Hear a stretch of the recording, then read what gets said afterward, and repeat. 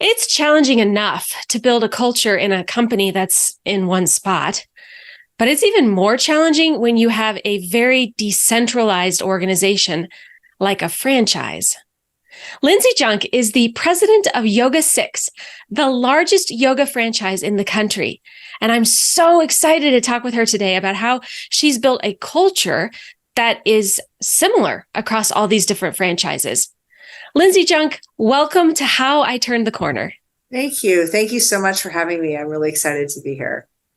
I'm excited you're here too. You're the first guest we've had that's been in a franchise situation. So I'm extremely excited to talk about this. Awesome. So tell me a little bit about the early days of Yoga 6, and then what were some of your leadership lessons along the way? Okay, great question. Yeah, we started the company in 2018, and I came on board right when we took the company from a corporately held company to a franchise. And so I was the first employee. Wow. So I had the luxury of hiring my whole team, which I think most people that are listening probably don't, right? Most of the time, you're coming into a situation where you have already employees that you're going to be leading. So this was the first time in my career, actually, where I was coming in. I'm like, okay, who am I hiring and what am I hiring them for? And I was lucky enough to be able to create the team that I wanted from the very beginning, which was awesome. And so when I was hiring, I was just thinking about what my strengths were, what my weaknesses were. And I was really trying to hire people that filled in my weaknesses, really. Yeah. And, people that would push me as a leader. So that was fun. And in the beginning, I hired 4 people, and all of those people are still with us now in 2023, which I'm really excited about. And I think a lot of that is because of the culture. I want to say, like, I started, I was the first employee, but we did it together. The executive team and I created the culture. And I actually really believe that your employees can do that with you, right? Like if you let them lead in that way, they start to create the culture, and that makes it a lot easier for them to stay and feel valued and do really good work. That's interesting. So in my early days with my company, I was really dubious about some of the things that are I'm totally bought into, but I was really dubious about getting clear on like the values and the vision and some of that stuff. It just seemed a little fake to me. Mm-hmm. But after I started researching and really understanding the importance of it, I started to see that they really were the guardrails for my organization. Right. How did you do that in the early days with these folks that are still with you? Yeah, so we got to create what we were about, really, and we spent a lot of time thinking about it. And we're in yoga, right? So it's kind of easy. Yoga, you got to reflect what the business that you're in, and yoga is, our company is designed to help other people feel better. And our mantra, using a yoga word, is the time that people spend in our studios is the best hour of their day. So we wanted to have a culture that was going to help our franchisees deliver that. And so we spent time thinking about it, and then landed on, we were in energizing, empowering, and fun. And so we kind of try to keep those pillars alive with everything that we do. So our meetings are that way, the people that we hire are that way, but we're also empowering. We want other people to feel like they're valued and feel like they have the power to make decisions and control things. And then, of course, fun. Anytime people are having fun, they want to stay, right? Yeah. Okay. They'll decide to keep this job over that job because it's more fun coming here than it is to go somewhere else and maybe make a little bit more money. So that's how we've been. That's sort of the mantra. I keep using the word mantra, but that's the guidelines that we've had. That's really great. So I mean, I love mantra. Actually, that's a maybe clearer way than vision. A lot of times people get confused between mission and vision. A mantra is very clear, right? I mean, that's like why you exist, right? So yeah. I might adopt that actually. So tell me then, how do you bring this into the franchises? I mean, I belong personally right now to, well, actually 3 gyms because I have such a crazy schedule. I can't always get to the classes. It's just one. But one of the studios I belong to is a franchise as well. And I won't name it, but I've been there now for a little over a year. And I've actually experienced the franchise in other cities and other locations, other owners. Yeah. And I don't get the same feeling across the different locations. How are you doing that? Well, you've actually highlighted one of the biggest challenges in franchising is consistency, especially because in franchising, it's different owners, right? Like we're not Right. like a corporation and hiring everybody and controlling everybody from here. What we're doing is bringing on franchisees and then they bring the brand to life.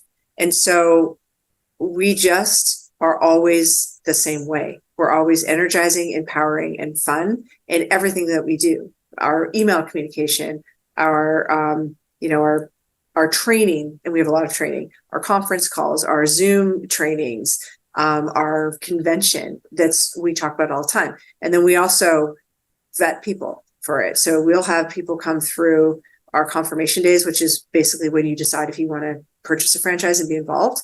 And if we notice that somebody's coming through and they don't have that, we will be discerning enough to say, hey, this might not be for you. So we've done that sometimes, sometimes, and we've made mistakes and we brought franchisees in that don't always have that, but we just really focus on those 3 things in every aspect. Like we have a yoga teacher training and our yoga teacher training is like that. We have, our sales training is like that. And so we're very focused on it, but we're not always going to be 100%, just so you know. Like I'm sure you could walk into a Yoga 6 and maybe not have the most energizing, empowering, and fun experience, but we're always thinking and trying to get to that point. So. Yeah, but I would argue that one of the things that probably makes you different from the franchise that I attend is, again, totally different. And this is not Yoga 6, just for our listeners here. It's a completely different brand, but their values or the tenements are geared more toward the experience that the member is going to have as opposed to the experience that the employee is going to have. Right. What I like about what you've done is it kind of spans both, right? It makes sense to the franchisee as well as to the members, Right. your values. I mean, fun is across the board. Energizing and empowering is across the board. So I just really, want to compliment you on that, because from my kind of bird's eye view that I have of working with hundreds of businesses, the ones that are, I would say, more mission driven, or the ones that have a real external face, often get the values kind of mixed up. They forget the values are different sometimes, or should be different for employees' experiences versus the funders or the customers, right? And in your case, you've blended them so well, so nicely together. We're lucky we're in a brand that can do that. But I will say, like, if you're looking at things from a customer service perspective, and us, like, we have members, right? So we want our members to come back. If I'm a member somewhere, I want to go somewhere where I want to be there. Like if I, think about, like, this might be dating myself, but like Cheers, everybody knew, Norm knew everybody's name and they were greeted when they came in, and you wanted to be a part of that group. You wanted to be a part of the people in that bar. And that's how we talk about our studios. Everybody should know when somebody walks in, they should know their name. They should feel welcomed. They should feel like they're where they're supposed to be. But that doesn't happen if the people working there don't feel that way too. Right. Like if you're, sure. I was thinking this the other day, I was on a plane and it really seemed like that the team that was giving us the service were having a great time. They're like seemed like they liked each other and they were having fun with each other, and it just made like their service to us great because they were happy. And then I love that airline because I had a good experience. So it's the same thing in studio. If the employees aren't having fun, they're not enjoying what they're doing, how are the members going to feel? And a lot of times in what we do, they get to know the members really well. And if things aren't going well, they'll have these conversations with members that aren't good for the brands. Like, oh, I can't believe that, they're not paying me this or whatever it is. And so you want to make sure that you're creating an environment where the employees first are having a great time and they like their job and they really believe in the product. And that's another thing. We're lucky in the sense that the people that work in our studios typically love yoga. So they have that common bond, and then they get better customer service when they like what they're doing. Mm-hmm. Well, I think a plug for you also is yoga feels so out of reach to so many people, and you create that environment also where it's accessible for anyone. I mean, I think I'm actually like a square with legs when I go into yoga. I mean, I'm like, how do people actually touch their toes? I don't know if I'll ever be able to do that, but it's accessible too. So I think that feeling of inclusion helps, and belonging also helps people across the board feel connected to the organization. Has that been another deliberate thing that you have created with that sort of, everyone belongs here feeling too? Well, yes, I mean, the team and I did that together, but like the way that we teach our yoga, when Exponential, who's a parent company of Yoga 6, purchased Yoga 6, we were very intentional about what we were purchasing. So we knew that we were purchasing a brand and a style of yoga that was inclusive for everyone and that anybody could do anywhere, which is really important when you're franchising, right? Like if we were about to buy a brand that only the elite few could do, it would be hard to go throw that down in the middle of Minnesota or like random, places that we have our studios. But this is for everybody. So from a business perspective, it's smart, right? Because everybody can do it. But I've been really intentional about making sure that my team at work feels included in everything. And I actually kind of stumbled on this a couple of years ago where we were having a meeting about, actually, it was for me, I was going on a podcast and I needed some talking points on the brand. And so I ended up having our graphic designer, she was just in there doing other stuff and she's in the meeting. And I looked at her and like, what do you think? And she nailed it. She did a great job, but she's our graphic designer, right? So that's not her area of expertise, but she ended up being able to contribute in a really profound way to that meeting. And I thought to myself, like, that's what I want. Like, I want the team to feel like they're contributing even outside of their area of expertise, because I do believe that everybody has something to offer. And we've really tried to do that at the office here, like you see behind me. So we'll have, we have a marketing team, we have a sales team, we have, the operations team, but sometimes the marketing team is getting involved in operations. Sometimes we have operations getting involved in sales so that we can really cross-pollinate and people can feel, and it's not just for show. I mean, it's one thing to just, oh yeah, let's bring them in like for show. We really are listening to them and implementing some of their ideas. Mm-hmm. So back to like everybody is included and everybody can do it. I feel like it's a big part of our success and why, I look at my team, we haven't had a lot of turnover, especially like during, we made it through COVID. We made it through like when everybody resigned and quit and all that. We still are together here in the office. And that's I think a lot of it's because they really feel like very, very valued. While they're here, they feel like the work that they're doing is meaningful and helping the organization and then helping other people in their real everyday lives. So we've been really lucky with that. Now our goal next is to help our franchisees be able to do that as well. Mm-hmm. We talk about that. And we talk about like, listen, just because you have a wellness advisor is the front desk person doesn't mean that they can't learn about marketing or they can't maybe learn a little bit about sales. Or maybe they're interested in learning about yoga and they want to go through the yoga teacher training. Those are all things that can help them grow as a person and help, likely help them have them stay longer in their role. And mm-hmm. We're talking about yoga studios that are employing really entry-level type positions, right? Like a wellness advisor is something my 15-year-old daughter could get a job doing. And, she's a smart girl. She wants to learn business maybe later. And so then now she's getting some sales training, some business training. She's going to stay at that job versus going off and, maybe working at Baskin Robbins or wherever else she could go. Right. For sure. Yeah, that's a great strategy. Well, and I think kind of circling back around to the community idea, before COVID, I belonged to a gym for many, many, many, many years. And I mean, there was really only one class I did at this gym, and it was a couple times a week. So that was good, but I went for the community.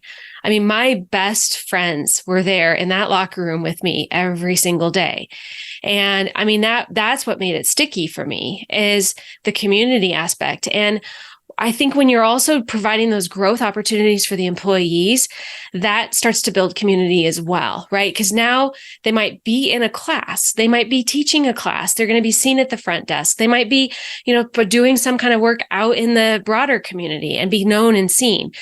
That is really sticky, I think.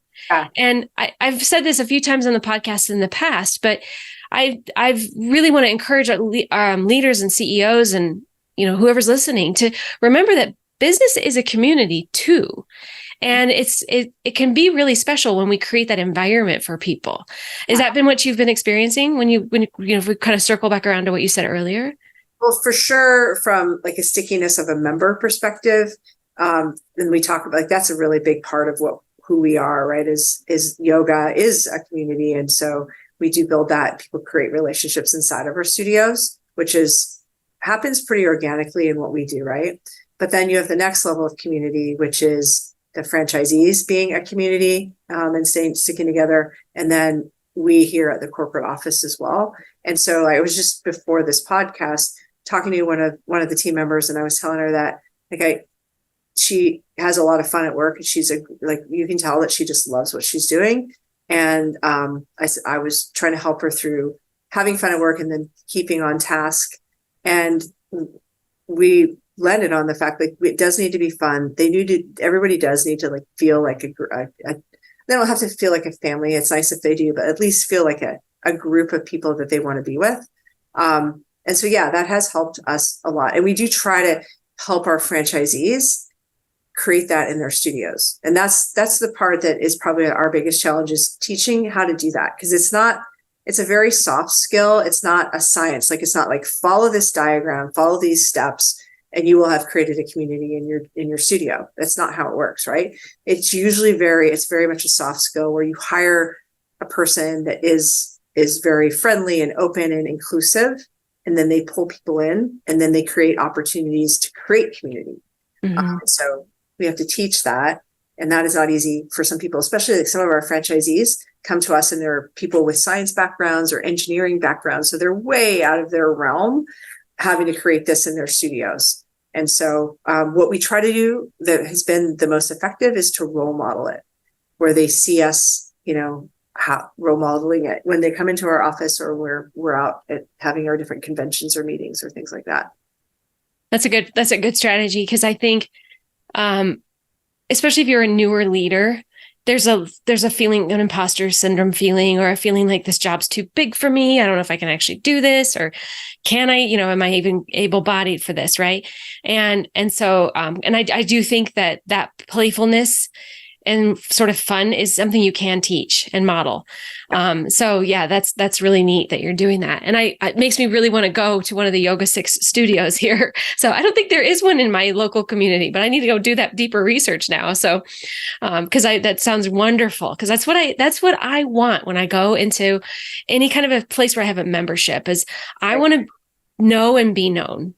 Yeah. I mean, before I took this job, I had a gym that I went to, and I went to every day at the 10 o'clock in the morning class. At the time I was working from home, so I could go at 10 o'clock in the morning, because I know a lot of people don't have that luxury. And when I thought about taking this job, it meant that I wasn't going to be working from home anymore. I was going to be working in an office, which means I can't go to the 10 o'clock, which means I don't get to see my community at the gym. And literally it was on my pro con. So it was a con, like, take the job, I don't get to go to my 10 o'clock. I obviously ended up taking the job. A lot of those people that I got to know, we'd started doing exercise together in other areas, but like, that's how powerful it can be, right? If you create an environment like that. Uh-huh.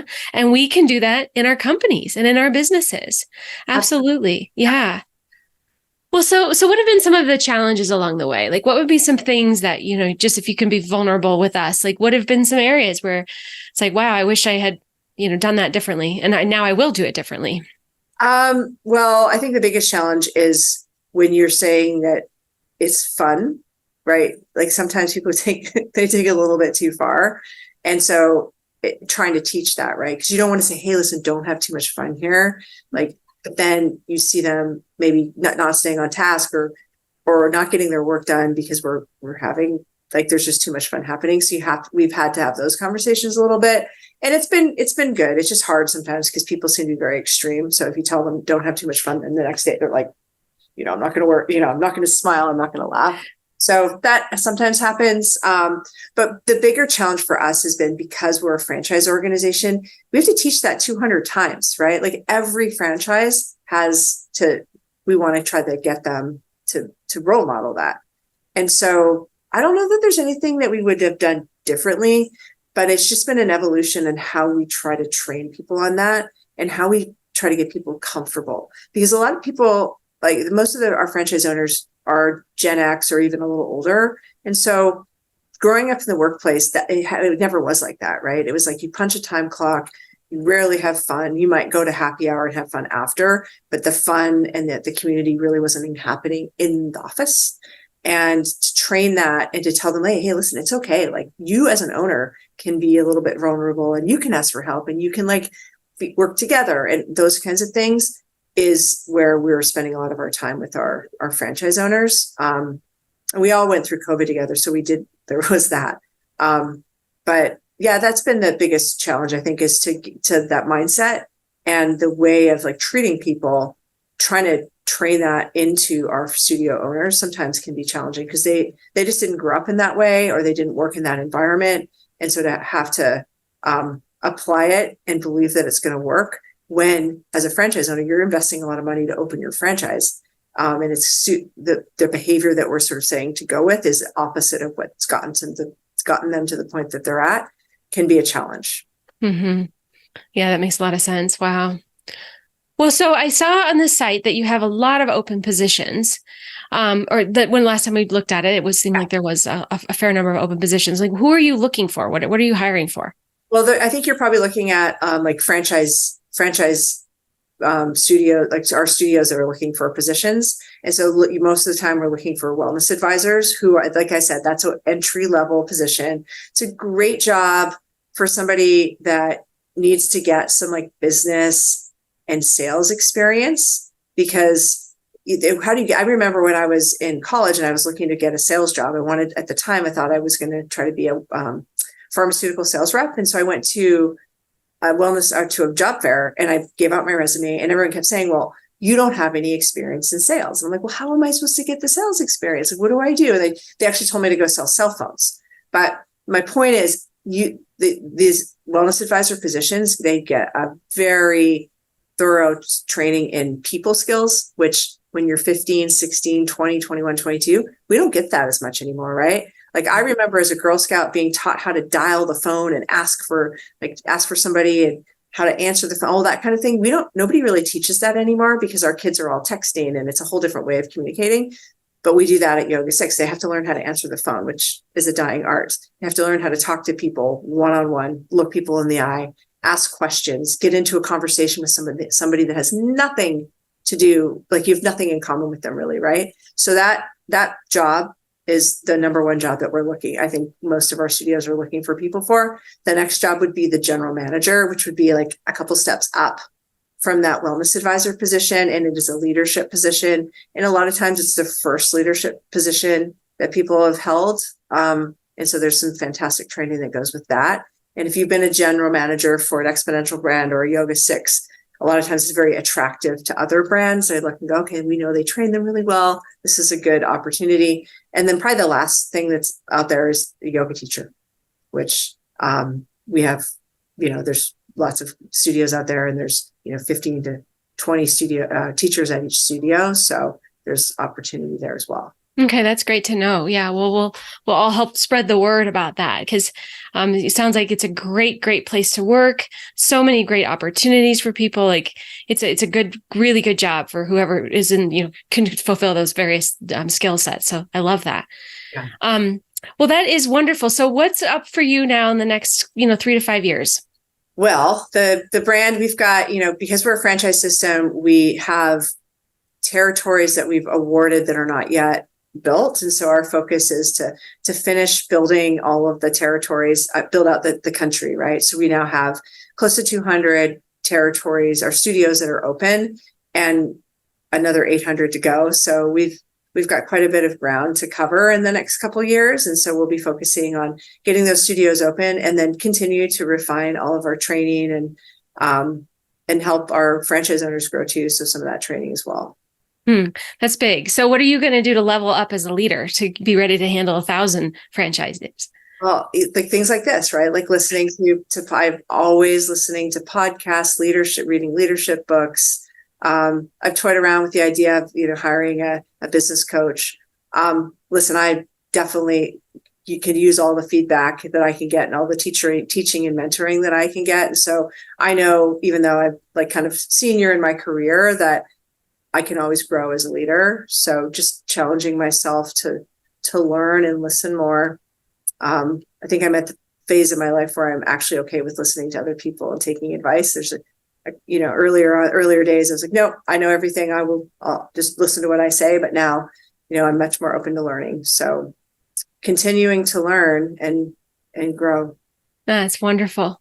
Well, the best of luck to you and for these upcoming years. We'll check in with you here soon, but I think this is a perfect place to end our wonderful conversation. So, Lindsay Junk, thank you so much for joining me today. I'm really excited to watch your progress here for the next 3 to 5 years. Thank you, Kendra. I appreciate you having me on.